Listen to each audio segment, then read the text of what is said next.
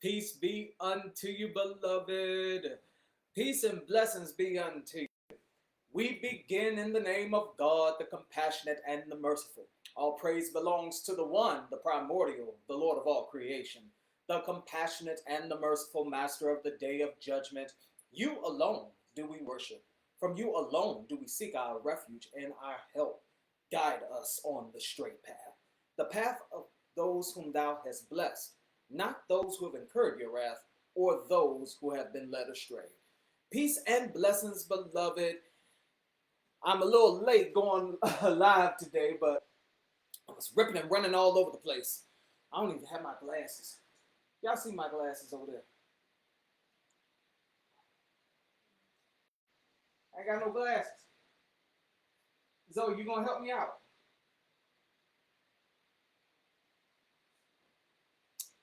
So hard to find good help these days. I tell you the truth. Y'all ain't gonna help me out. I can't even see good. It's all right. It's all right. I can see what I need to see. All right. Peace and blessings, beloved. We're wrapping up our title of our series today on exposing idolatry. As a refresher, what does idolatry mean? Idolatry means anything that pulls us from the virtuous and right path.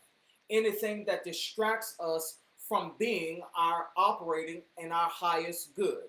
All right? So removing the religious distinction from it, idolatry is any time that we bend our will to behaviors, thoughts, and ideas that take us away from the right path. Okay? So we first started off talking about worship of self, worship of the ego. That was in part one. All right? So we were talking about obeying our desires, okay?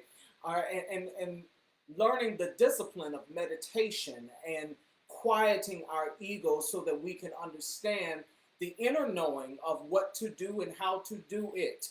Not depending on other people to tell us what is right. We have an inner knowing of truth. All right, so and then second, part two was about capitalism, worshiping money, worshiping status, worshiping a job, okay? Comparison kills. Getting caught up in what other people are doing instead of practicing gratitude for your own life and what you have, okay? That also is a form of idolatry, all right? So today we're going to talk about something that's a little bit heavier, and it is the worship of Molech. Now, you might be asking, who on earth is Molech? All right, so Molech is mentioned in the Bible, all right? And it is an old Near Eastern deity, and it was in the shape of a bull. And it had like this brass, copper-like visual to him, all right? And so the head was a bull, and then the torso, it was open. And they would have fire in there, okay? And then they would sacrifice, these ancient cultures, they would sacrifice their children by throwing them into the fire. Now, you might be asking, like, why on earth would somebody do something like that? All right, so they believe that in sacrificing the innocent blood, usually their firstborn child, that they would get power, fertility, they would win wars, okay, and they would have their life extended. Now, is this something that was specific to Near Eastern, the Hebrew, Aramaic culture? No. We actually saw this in Aztec. The Greco-Romans, they have documentation of doing this. Let's see, the Shang dynasty, they practiced human sacrifice as well. Even in African cultures, Nubian and the Berbers, they did child sacrifice to consecrate temples. So why on earth am I talking about this today? Because this practice of sacrificing and exploiting children has survived, beloved. It has survived. Them using our children as altars of sacrifice for their greed. All right, and so we see this even with the human trafficking industry. Did you know that the Department of Justice actually has listed the United States as being one of the major proprietors of human trafficking? That's crazy, right? That the United States is a major hub for a lot of these children and people, period, that are sacrificed. So when I'm talking about trafficking, we're not just talking about sexual exploitation, we're talking about labor exploitation as well. Okay? And of the 17,500 people, according to the Department of Justice, that have been trafficked. 38% of them were under the age of 18. That's given us about roughly about 6,650 children.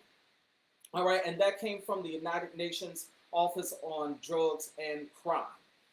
So, Dietrich, why are you talking about this today? Because I believe that we have to remember that it's not just us. We must also remember that there is an attack on children. We are in spiritual warfare. They desire to hypersexualize our girls and toxic masculinity, making our boys hyper aggressive. We see this in the media. We see this in music. We see this in advertisements, even the things that they have on the billboard, okay? And so we have to be conscious, beloved, because things are moving at a much faster rate than they were when we were kids, okay? Things are moving a lot faster. Kids are getting exposed to a lot more. They have these portals through the internet of YouTube and social media, and I'm not telling anybody how to parent their child. I'm just saying we just have to be vigilant. We have to be vigilant because there's this making our kids grow up before their time and distorting their innocence in exchange for manipulation is something that is as old as time. You hear me? Something is as old as time. All right? And so present day worship of Molech, all right? Systems that exploit children, human trafficking, child labor, exploitation in the media, abandoning moral guidance for economic and social gain. All right? They want to keep us dumb. They want to keep us ignorant. This is another reason why there is an attack on critical race theory. They do not want us to be educated by the mistakes of our past so that we don't repeat them. All right? An uneducated population is an easily manipulated population, beloved. And so we have to take the initiative to start educating our kids at home. They should know your culture. They should know your history. They should know their ancestors and who they came from, as well as the country that they're living in and what has been done. And this is in cultural race theory. I was talking to somebody, and they were basically saying that their fear of cultural race theory is and they were a white person, and they were saying that they don't want their kids to feel guilty for being white. And in the actuality, that's not what critical race theory is about. Critical race theory isn't just about studying black folks and what happened with us, but learning from the mistakes of our past that arose from conflict over differences, specifically differences in appearance, and how leaders used our differences to manipulate us and exploit us and perpetuate suffering. And by learning the critical race theory, and not just critical race theory, but just the mistakes of our past and learning our history in an authentic way. Have you seen it? Have you seen the Department of Education is stripping layers of education and history because they want to manipulate our children? This is another form of sacrifice, stripping them of their innocence and their critical thinking. Okay? This is what's actually happening in real time. So what can we do about it?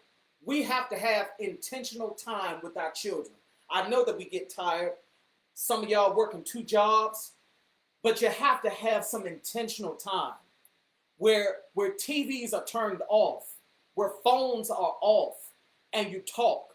Now, as black folks, a lot of times, and not just black folks, just people, period. I'm just speaking from my own culture. Sitting down at the table and eating a meal together. That was our time as a family to commune, to fellowship, to have open conversation, for us to hear what's going on in our kids' head so that they can understand that we're here, that we're present. And I know that it gets hard, beloved, because, listen, when you get off work, you're tired. I get it.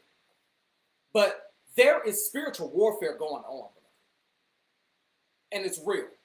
There's spiritual warfare going on, and they desire the minds of our children. Because are we still throwing people in fires now? Oh, no. But their innocence is being burned away. Their critical thinking is being burned away.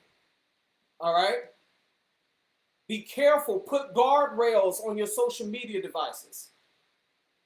Check in on who they're talking to. Keep the doors open. Because they want to have them. And they'll snatch our kids right from underneath of our nose. Not physically, but intellectually, spiritually. And it's important. The worship of Molech has survived, beloved. And so even when we see everything that's been going down with the Epstein case, I believe, honestly, that it's so deep of a hole that they are fighting tooth and nail so that those files don't get open. So think about that. Think about how heavy that is. That we live in a country that to this present day is a heavy proprietor in human trafficking in the world. In the world. When I read that, it shocked me. So it didn't just stop with what they did with the Trail of Tears with the Native Americans. It didn't stop with the transatlantic slave trade. They are still trafficking people and exploiting their labor and them sexually. And sex is a form of worship. It's a sacred act. My kids looked at me. I think y'all done had family life. Just stop. I still stand on what I said. It's a sacred act. It's a sacred thing. And to exploit it, they've been doing this in ancient cultures for years. The exploitation of it with intent and purpose as a sacrifice to a god. Their innocence is sacred. Guard it, beloved. Their critical thinking is sacred. Build upon it, beloved. Okay? I'm not going to be before y'all long. I just wanted to talk on this subject today. Idolatry expands beyond the worship of self. It expands beyond us chasing after money and wealth and social status. They are after our children. They are after the next generation. Because let me tell you something. Every empire falls.